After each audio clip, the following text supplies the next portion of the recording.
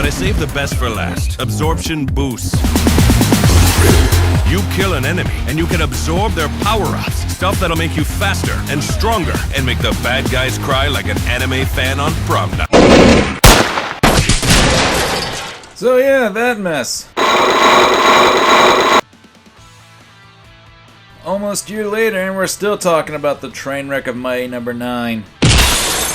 Hi, I'm TrashCommon, and welcome to my channel where it's just an amalgamation of what the hell am I looking at. Although I'm pretty sure I don't need to tell you about the mess of Mighty Number 9. After all, type in the very name in YouTube and you'll be met with a barrage of videos parodying pretty much the same complaints on the game and its Kickstarter. But I think that it should be noted that it wasn't just Concept that made this atrocity. Enter Inti Creates. They were one of the co-developers of Mighty Number 9. However, saying that Inti Creates has a better track record with their games is an understatement. Heck, this was the team that has been credited to the makers of Mega Man Zero games, Mega Man 10, the Mega Man ZX series, gave help in the Shantae series recently, and the focus of this video, Azure striker Gunvolt. Azure striker Gunvolt. And my continued suckage of pronunciation lives on. Screw it, I'm not gonna change the rest of the review.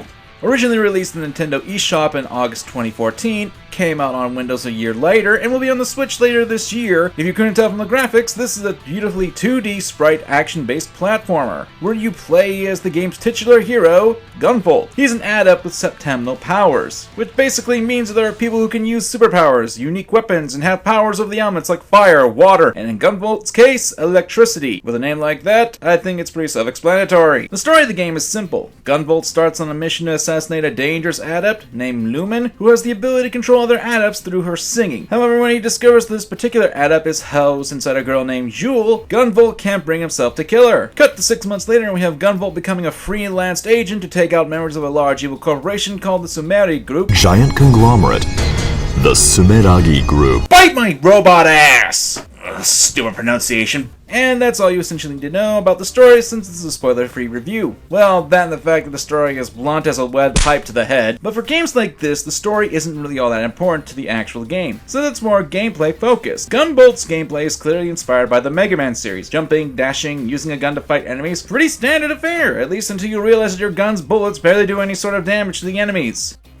You suck! This is where the gameplay divides from the regular Mega Man formula. Gunvolt's bullets are actually tags, and you can use Gunvolt's electric aura to have electricity surge into the enemies that you have tagged. For each tag, more electricity you attack your enemies with and defeat them faster. Initially you can only have 3 tags out at a time, but eventually you'll be able to increase that number, so having to think on your feet and deciding on who or what to tag is an essential part of the game. In addition, if you use Gunvolt's electric aura in mid-air, you'll be able to slow your descent, which is handy if you want to go for longer jumps and dodge over enemy attack. However, be warned, you have an energy bar that if you use too much energy without having a quick recharge by pushing down, you'll be subject to a cooldown period where you'll be vulnerable to attacks. Yes, your electric aura does protect you from damage as well. However, it's highly recommended you avoid being hit despite that having a barrier. This is because you'll be scored on how many enemies you defeat, how you defeat them, and other factors, including if you take damage or not. And this score is important since at the end of each stage you'll be given a chance to get a grade, and that grade will allow you to get more items that you need in order to make new equipment, which is neat as it can give you more types of ammunition, types of abilities such as double jump or an infinite jump, or change your energy consumption. This game is a bit of an RPG element in it, so you can customize Gunvolt to how you feel it's best to fit your playstyle. And trust me, you'll want to customize Gunvolt so you can navigate him through the stages, because the stages themselves all have their unique blend, at least with the puzzles and how you get through the stages. The level aesthetic is really reminiscent of Mega Man Zero and the Mega Man ZX games, i.e. there being a futuristic style to each of the levels, however they each have their own uniqueness to them. For example, you have to deal with portals that teleport you all over the place, using your electric aura to manipulate magnetic pulls, or dealing with a ton of bugs that you can use to destroy enemies to clear paths. There's one more aspect to Gunvolt, the special moves. You'll get more as you level up Gunvolt, and you'll be able to use special attacks to hit your opponent or heal yourself. You'll have these 3 markers on the side of your screen where you can see how many you get, and they do recharge. The more energy bars you use, the stronger the ability is. You can access them through the touchscreen with a button, or depending on your version, you can use your control pad. In Mega Man-esque tradition, you can choose which stage you want to go to, in any order that you wish. challenge. In the same vein of Mega Man styling, you get to face off against 6 bosses that play extremely differently and have their own unique styles of attacks and designs, while reminding me of the bosses of Mega Man ZX stand out. They certainly have their fair share of challenging, and I'd be lying if I didn't die a few times taking on these bosses. The bosses are pretty good, and the fact that you can choose which bosses to fight in which order gives you a good sense of choice in the game. But with every good, there is a bad. There are a few issues with the game. Going back with design, there's a severe lack of different enemies throughout the game. Not counting the mini-bosses, there are about 12 different enemies with only 2 unique stage enemies. Not to mention, a number of the enemies share similar designs, save for their change of weapon and coloring, which, considering that this is an evil corporation, is pretty understandable, and the enemies themselves still do offer a good challenge. It's still something that needs to be brought up. That being said, there are a few other issues, one dealing with the customization I brought up earlier. It's the randomization of items that synthesize your equipment, as well as the synthesis system. You can't buy the items, and you need to have money to synthesize in addition to having the right items. This forces you to continue through the stages to improve your final score on the stage to get more of the necessary items to create your equipment. It really is annoying because there's an aspect of RNG involved. Think of it like loot boxes. You never know what's inside these selections, and most you can do is get more limited chances to randomly select and hope that you get what you're needing for your equipment. However, while there are some faults of the game, it certainly does have its charms, and I have to say I enjoyed the game. You can get the game on Nintendo eShop and Steam, and I personally prefer the Steam version as it doesn't really rely on the bottom screen of the 3DS, which I briefly mentioned in this review since it's a lot easier to use the button controls to access one of your special moves than using the touchscreen, so you're not pulling your hands from the controls to touch another screen. I highly recommend the game for people who long for the days of Mega Man X, Zero, and ZX. The days of those games are resonated before they were given. I'm Trash Common,